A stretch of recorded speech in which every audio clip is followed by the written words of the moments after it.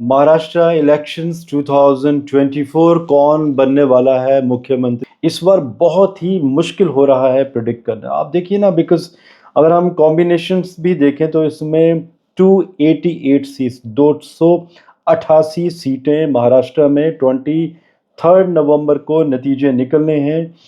शरद पवार जी की कुंडली से शुरू करते हैं।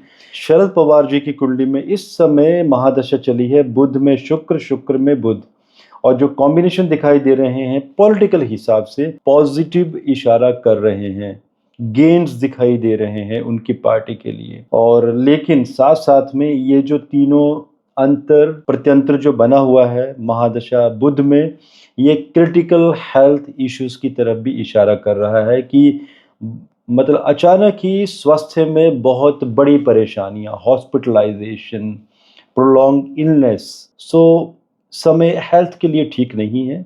राजनीति के लिए कॉम्बिनेशन सही दिखाई दे रहे हैं। अब हम चलते हैं अजीत पवार जी की कुंडली में। शनि की साढ़े सती और बुध की महादशा, जिसमें बुध दशांशा कुंडली में अष्टम घर को कनेक्ट कर रहे हैं। ह्यूमिलेशन अभी तो ठीक है, वो एक as a deputy chief minister भूमिका निभा रहे हैं, और हम भूल नहीं सकते कि महाराष्ट्र की राजनीति में इनका एक बहुत बड़ा गेम रहा है। It's like a play game. लेकिन इस बार थोड़ा सा सितारे बुलंदी में नहीं दिखाई दे रहे हैं। उद्धव ठाकरे जी की कुंडली में देखें तो सितारे पहले से बेहतर दिखाई दे रहे हैं।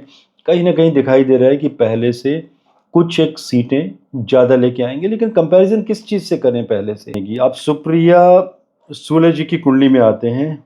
बहुत ही डेडलीस्ट कॉम्बिनेशन। अगर इस समय मैं जितने भी नेता हैं महाराष्ट्र के, अगर सबकी कुंडलियों का विश्लेषण करूं तो सुप्रिया सुले जी की कुंडली इस समय सबसे स्ट्रांग दिखाई दे रही है, जिसमें कि पावर शिफ्ट उनकी तरफ होता हुआ दिखाई दे रहा है।